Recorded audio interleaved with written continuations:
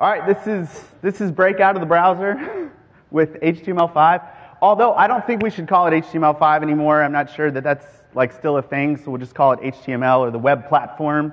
So maybe breakout of the browser with the web platform. Now this logo I made myself. I'm very proud of this. It took me roughly 63 hours. And because I'm not a graphic designer, I don't own any graphic design programs. Apparently there's some really nice ones out there. I used a combination of Paint and some others. I did use a trial one, and I did like the thing with the magic wand where you try to cut around something, and you have to go really, really slow, because if you mess up, you have to just like start all over again. You guys know what I'm talking about? So if you actually zoom in on this, you can't tell, but if you were to zoom in, see how the hand is all like pixelated on the side? This is what happens when you don't have a logo for your tool or your library, your package, and I end up talking about it. I'm going to have to create a logo.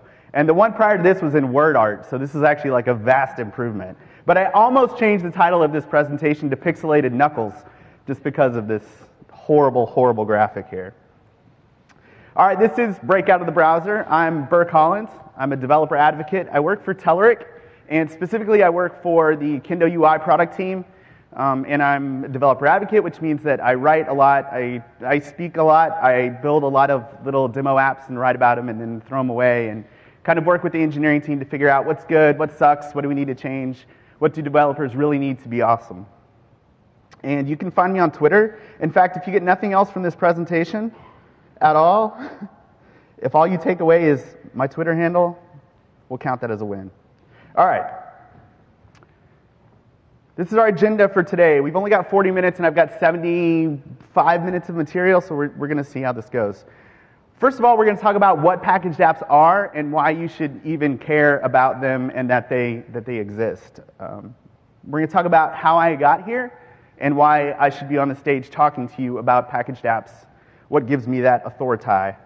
And then we're going to look at how to create a simple packaged app. We're going to build one. I'm going to do some live coding. We'll see how well it goes. Could go badly. If it goes badly, you guys just debug, shout out the answers to me. Sometimes when you get up here and you like try to live code and speak at the same time, your brain like seizes up completely, locks up, and you forget everything. And then we're going to look at some of the Chrome packaged app APIs that you're going to have access to. We're going to play with those. Those are a lot of fun. In fact, I put this presentation together earlier this week, and my kids spent a lot of time playing with these packaged app APIs. It's a good time. And then if we have time, I'm not sure that we will, we're going to look at what I call the seedy underbelly of packaged apps, because by the time we get to the end of this, you're going to be like, this is friggin' amazing! And then I'm going to drop this bomb on you, and you're going to be like, oh, crap. And then I'm going to show you kind of how to get around that. So if we don't have a lot of time to go into the details of that, I'm going to be doing office hours at 2:35. I don't know why it's not at 2:30. It's at 2:35. It's like right outside this room. My dad used to do that to me when I was a kid. He'd be like, what time should I come home? And he'd be like, how about 10:37? I'm like, what's wrong with 10:45 or 10:30? Can't you like round it to a nice fat whole number? All right, let's talk about what packaged apps are. How many people in here have actually heard of Chrome packaged apps?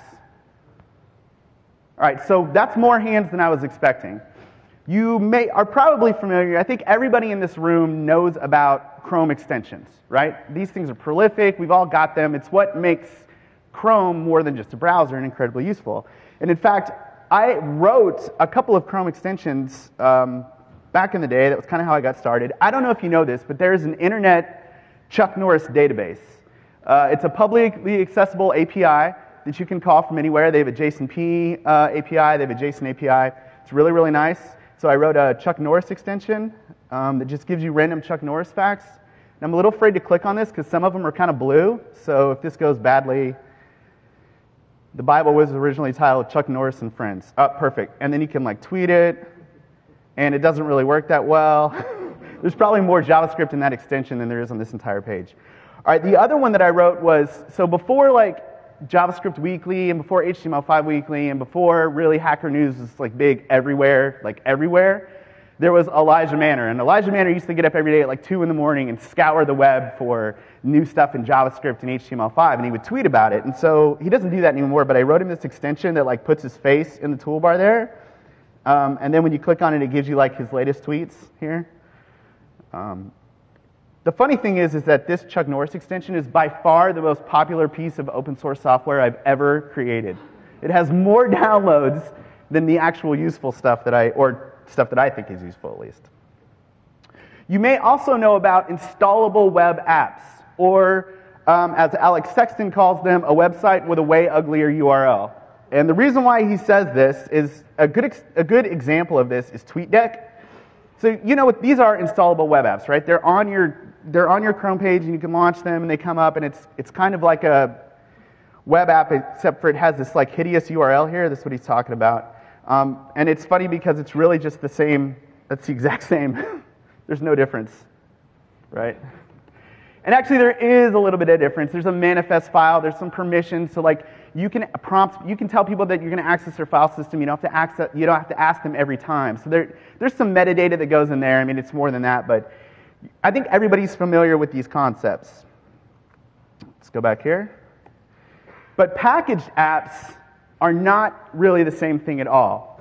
They have a similar architectural design in the way that you build them, but the way that Chrome describes them is packaged apps deliver an experience that is as capable as native, but as safe as a web page. And that last part is in bold because that's what we're going to get to at the end. That's the kind of oh, this might be a problem for me. So this is really, the best way to think about this is kind of Chrome as a runtime. So you build your application like you would normally build a web app, right? In your IDE of choice. Your application runs in Chrome, but not in Chrome, but rather on Chrome.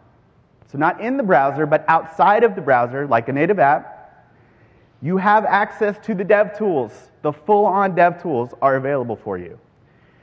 You also have access to native APIs, and Chrome provides you access to those native APIs once your app is installed. Now you have to declare which APIs you want to have access to, but once you do, you can now start to begin to access things like USB, serial communication. You have more robust access over the file system. You can do things like enumerate certain folders on the computer. There's a lot of different things that you have access to that you would have access to in a native app that you cannot do in the browser, at least that you can't do without prompting the user 100 million times. And then your app runs everywhere that Chrome runs. Well, where does Chrome run? It runs on Windows, yes. OS X, yes. Chrome OS, of course. Ubuntu, yes. Linux systems. And, yes, does it run here? Do Chrome packaged apps run here? Actually, yes, they kind of do. So this is brand new. This is brand new. They have a project to get packaged apps they've been contributing, I think, to the Cordova project, or the PhoneGap project, and packaged apps are now using that as the layer to get native API access. So I think that's really still very green. The Android is, not to be too punny, but it's still very green, but it is something that they're working on, and they actually demoed it at I/O 13 this year of a packaged app actually running on Android. Unfortunately, iOS is not here because, as we all know, Chrome for iOS wrappers around Safari WebView, so kind of locked out from that platform at the moment. Does this sound familiar to anybody? Have we talked about this before? It's not a new concept, right? This is the Cordova guy.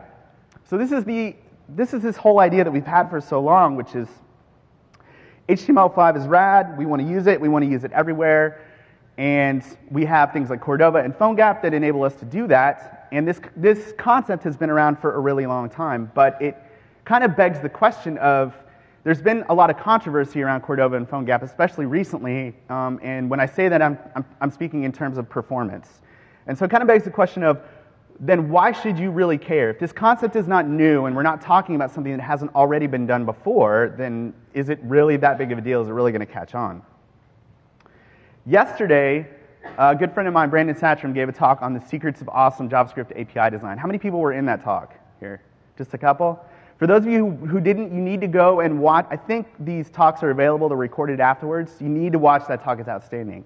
But he once said to me that there's currently only one platform on which native applications are completely indistinguishable from those written in JavaScript. Does anybody know what that platform is? Who said that? You win a free license. Come see me afterwards. Windows 8. That's kind of a trick question because JavaScript, those apps are native on Windows 8, and it's not really the web platform. It's JavaScript, and it's changed, and it's different. It's not the open web, but it's still JavaScript running as if it were native, and I don't think that Microsoft gets enough credit for that. And so that kind of brings me to a corollary to that, and that is that the web platform will eventually be native everywhere, because the web always wins. Always. So last year, Zuckerberg gets on stage, or maybe he's in a chair, I can't remember, and he's in an interview, and the question is, why does the Facebook app suck so bad? And he says, well, it's because we bet too heavily on HTML5. And so we all immediately abandoned HTML5, right? No. Everybody said, you know what? Performance is a problem on HTML5. It is. We do have a performance problem for building web apps on mobile. And so you have all of these companies that are now looking at improving performance in ways that has never been done before. You have Google doing things with the dev tools. You have companies like Famous that are intercepting and completely re-rendering the way, or intercepting CSS selectors and the way that that works. And so the web will win and things will be fast. It's only a matter of time. If the web has proven anything, it's that it survives, it moves forward no matter what. So if there are performance problems now, in a year's time, those things, there are people that are working so hard, those things will be literally erased, and they will be sort of distant memories. So speaking of me, let's talk about how I kind of ended up here on this stage. Last year, when they sent out speaking or requests for proposals for abstracts, there was a guy named Wes Boss that submitted an abstract. And I don't know, was anybody here last year and was actually in his talk on WebRTC? Nobody was here. Okay, so I think this talk's online as well. It's an absolutely fantastic talk, but it was last year WebRTC was brand new, and this is the idea of being able to use the user's camera without using Flash. And I was completely blown away by the fact that you could actually do this. And so that led me to creating a website called HTML5 Camera, where I was kind of messing around with these different APIs. And I've got, it like airs out, and it's old, it's busted, needs help. But so this was a website that I wrote, and then by the time I got to Fluent last year, we had begun to work with Google on building a Chrome packaged app that used the WebRTC to create sort of like a photo booth-like experience. So let me show you that real quickly. Let me pull this up here. And this is Canary. It doesn't work so great in Canary. Let me pull up Chrome proper.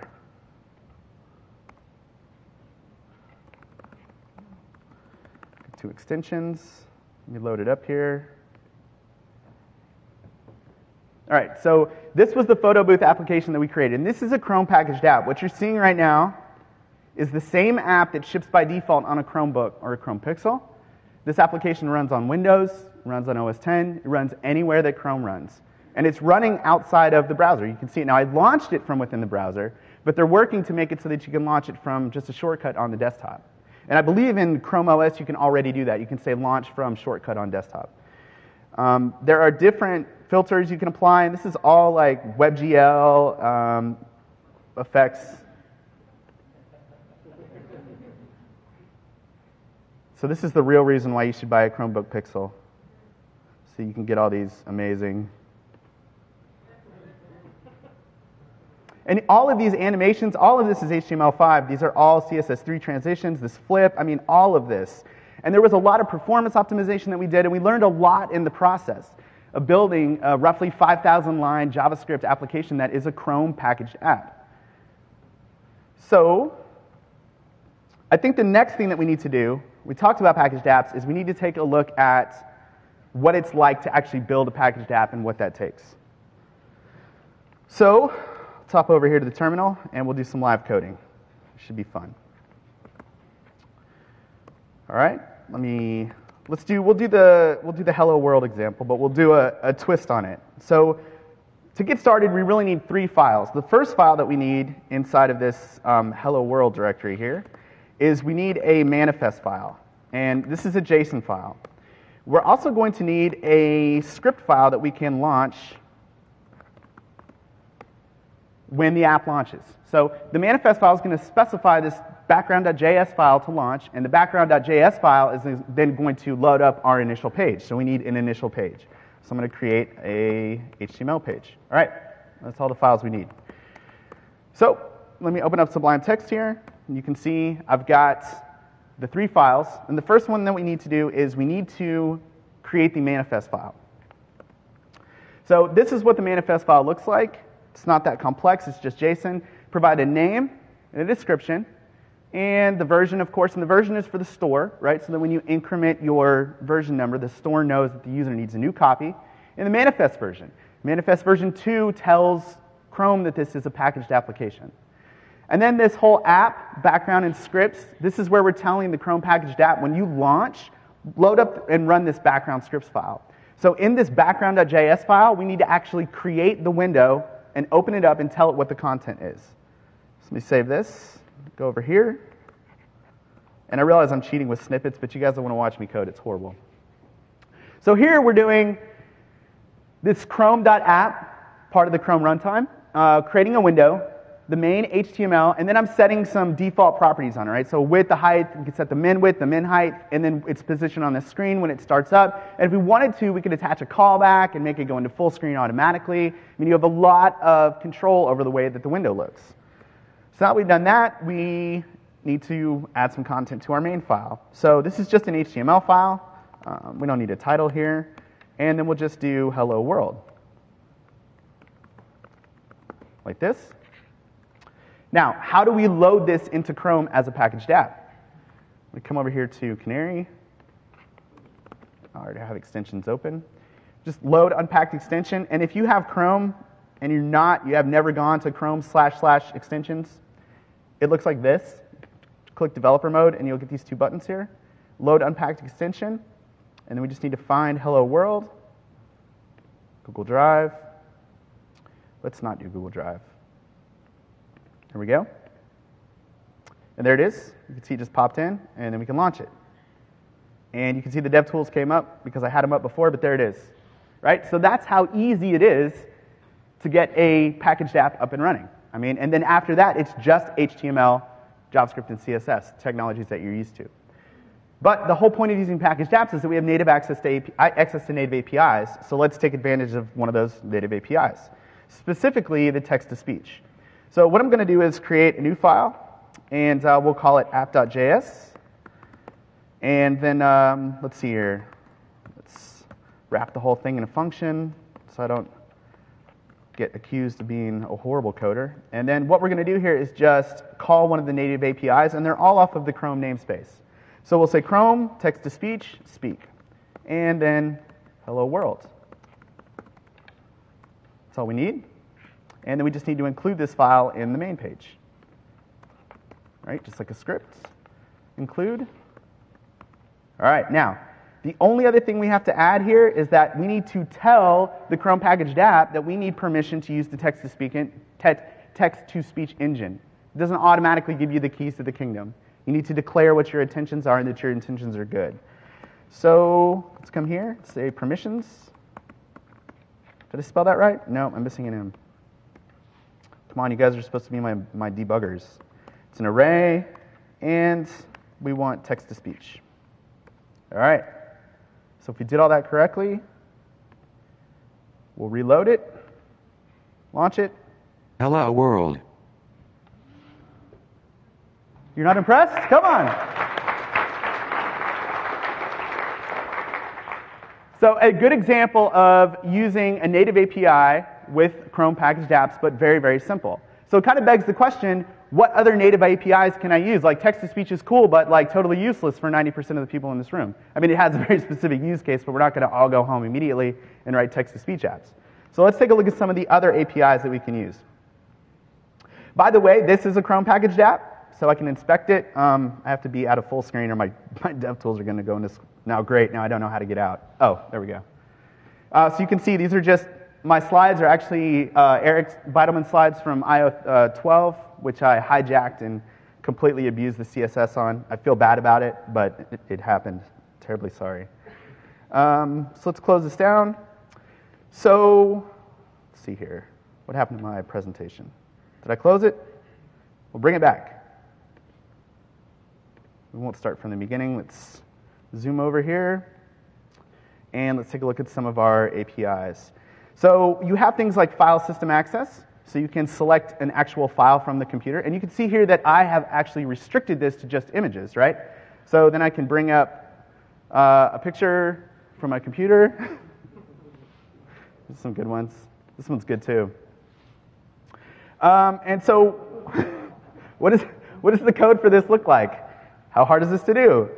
If you're familiar with the file system API, there's an HTML5 Rocks article on it. It's very, very, very similar. You can see here the important sort of snippet here is that I've specified an array. You can also specify MIME types instead.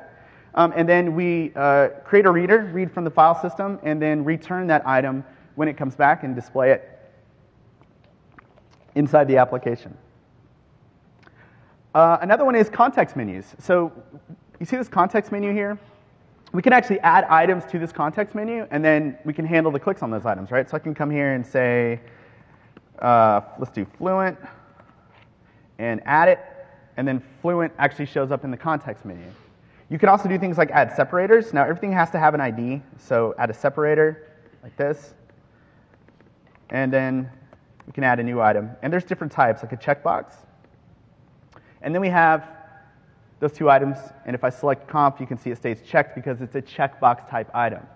And actually, if I open up the DevTools, each time I click on one of these items, I've attached an event handler, and it's actually logging out that I clicked undefined because my code sucks.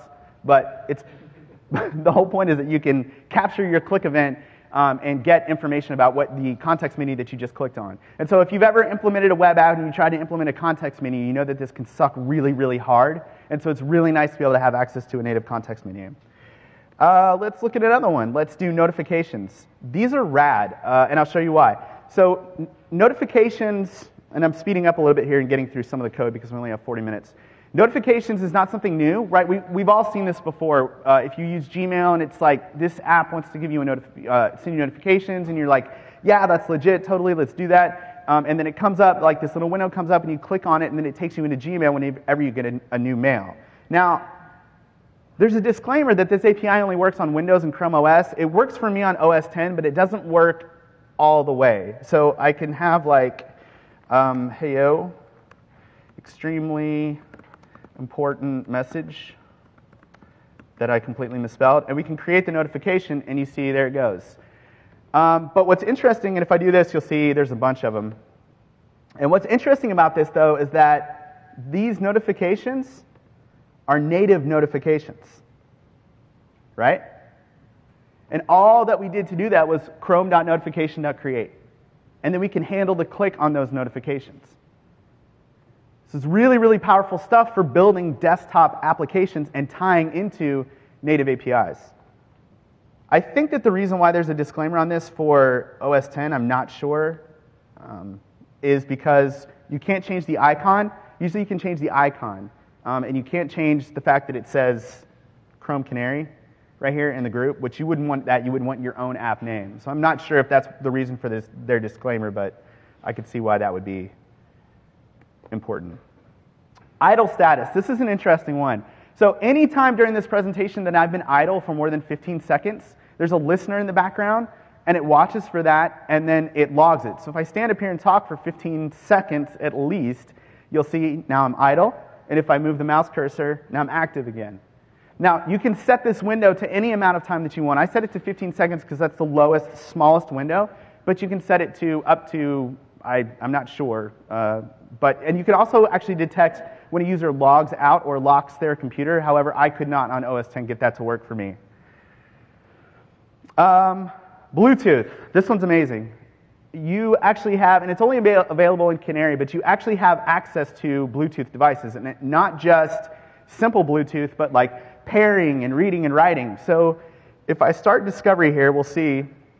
So there's Lind. Where's Nautilus? Computer. So if anybody actually in the front row has a device and you want to like just turn on your Bluetooth for discoverability, you can see there's my phone just showed up. So really, really cool access to Bluetooth APIs, and then you can pair with it. You can read and write data, as I said. I mean, there's a whole, if you look at the documentation here, there's a whole slew of things you can do with Bluetooth. Really, really robust support. That was my presentation from before. What happened to it? All right. Text-to-speech. This one was the one that my kids played with for hours on end. So there's a list of voices that actually come prepackaged that you can get access to. If you ask for get voices, it returns you a list of the voices, and then you just speak the message that you want to speak. So I think we can leave this blank and just do, there we go. Hey, laser lips, your mama was a snowblower. And my kids really love this because they came in here and were like, immediately the first thing they were like,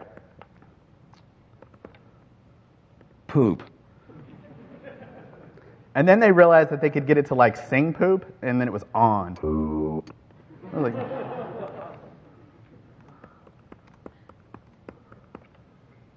Poop, poop, poop, poop.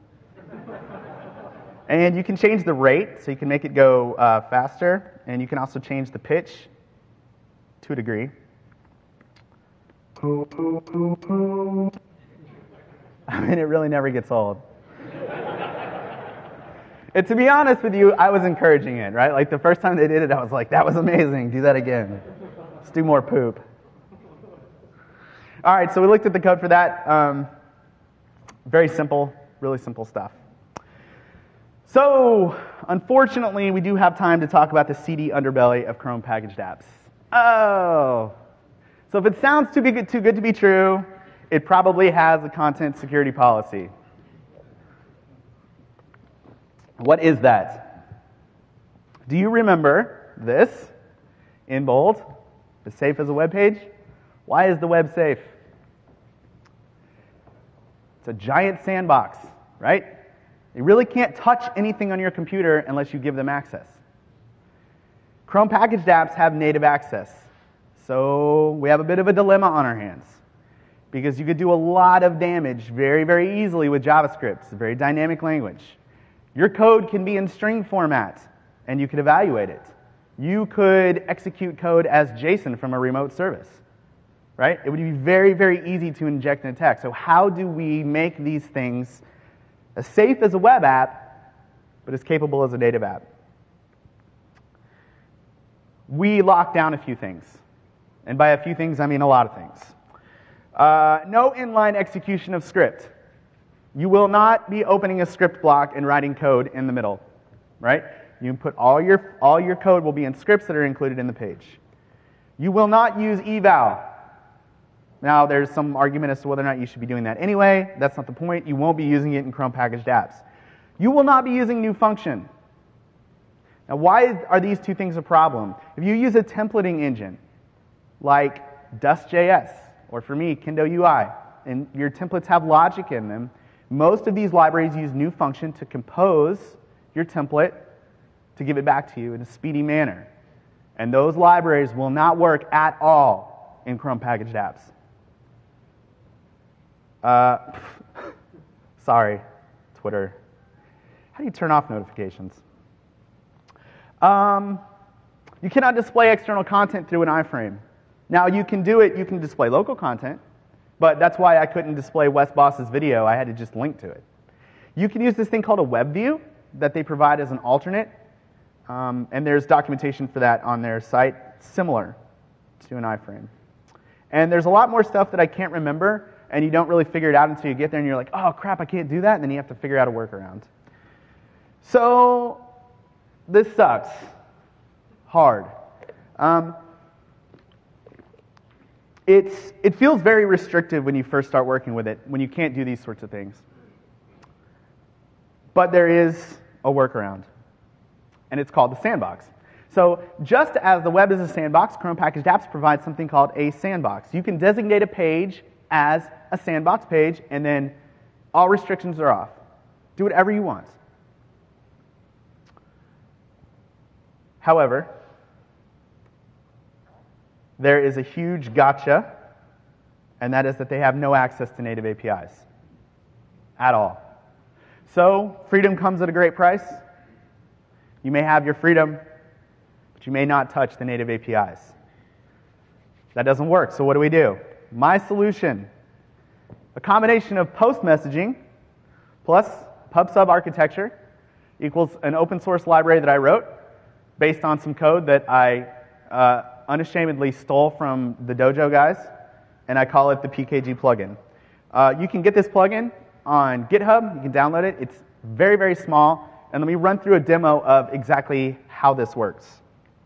And hopefully we'll have time here. Yeah, I think we're good. So in our page here, let's assume that instead of having it say that, let's just assume we want to do this. We want to do an alert. Because alerts are awesome. It's great UX. Let's do an alert. So let me go ahead and load this up. So if I load this, you see that we get hello world, but there's no alert. And if we inspect it and go to the dev tools, there's an error, and if you zoom in on it, it's like window.alert is not available in packaged apps. So I suppose they decided that alerts suck and have no place in packaged apps. And I can't say that I disagree with them. But let's just say I'm hell-bent on using an alert in my app, and I want to do it. And so now I need to go find a UI library that provides me with a modal window so that I can do an alert. So for me, that library would be Kendo UI. Now there's tons of libraries out there to do modal windows. You can choose whichever one you like best. So I'm going to go ahead and install that in my application here. And I'm using Bower. If you're not familiar with Bower, it's a node package that I can't talk and type. It's a node package that goes out to GitHub and clones in the repos and the dependencies into a components folder on your computer. And it just makes adding JavaScript libraries to your application a whole lot easier and managing them a whole lot more fun. And I know that GitHub was down earlier today. Is it still down? If so, can somebody please call them and ask them to bring it back up? Because I'm in the middle of a presentation. Except for HTTP? Wonderful. Well, all right. Let's back out of this. And let me go and we'll do it the hard way. Let's pull in some files here. So I'm going to go ahead and pull in, let's see here. Let's get Kendo UI, if I can find it here in my downloads. I don't know about you, but my downloads folder is the nastiest place on the face of the earth. So I'm going to pull all this in here. Let's copy these two items in. What do we call it? Hello world. There we go. And we'll do a new folder. What's the new folder command? My brain seized up. There it is. There we go. No! I blame GitHub for this. And then let's move this in here. Oh, Finder. You're such a joy to work with. This is so awful. Please go up. Just a little more. You're almost there. Oh, wait, stop. It's like Excel, when you're trying to scroll down, and then all of a sudden it goes 68,000 cells down the page. You're like, oh, crap, I didn't mean to select that many cells. All right. So where did I put it? In the right folder? Ah, there it is. All right. So let's put some Kendo UI stuff in here. Let me go ahead and paste this in here. Perfect. So let me go ahead and add this to the application. So we already know, I already told you that Kendo UI is not going to work, so I'm not going to show you how it doesn't work. What we're going to do is I'm going to go in and I'm going to show you how we work around this. So we need to declare that we have a sandbox page. So I'm going to come here and say that we have a sandbox. And in our sandbox, we have some pages. And then we can have one or more sandbox pages. And we're going to say we have a sandbox page and it's index.html. All right, so now let's create an index.html page. Let's save this as index.html. There we go. And, all right, good enough. And we'll say hello world. All right, so we now need to load this sandbox page. So here's the way I do it. Because we still want to have access to native APIs. And everybody's like, oh, suck. That guy just added an iframe to his page. That's horrible. It's not horrible. iframe is a legit construct, and it will load up my page, and I can use post messaging to go from the page to outside the page to talk to native APIs. So let's see how this works. I'm going to load up I've got given an ID here. I'm loading up the index.html page, and what I want to do inside the index.html page is add in a few scripts here. So let's add in Kendo UI. So specifically, sources, what I call it, Kendo-UI / and because GitHub's down, none of my snippets are relevant anymore. JS. So let's do JS, and then kendo.all.min.js, I think. I'm just guessing now. And we need jQuery, of course. I think that one's just in as jQuery.min.js. And then we need the PKG plugin. We need to add that. So normally I would just do Bower install PKG. But we all know, oh, now it's working. Thanks a lot, Bower.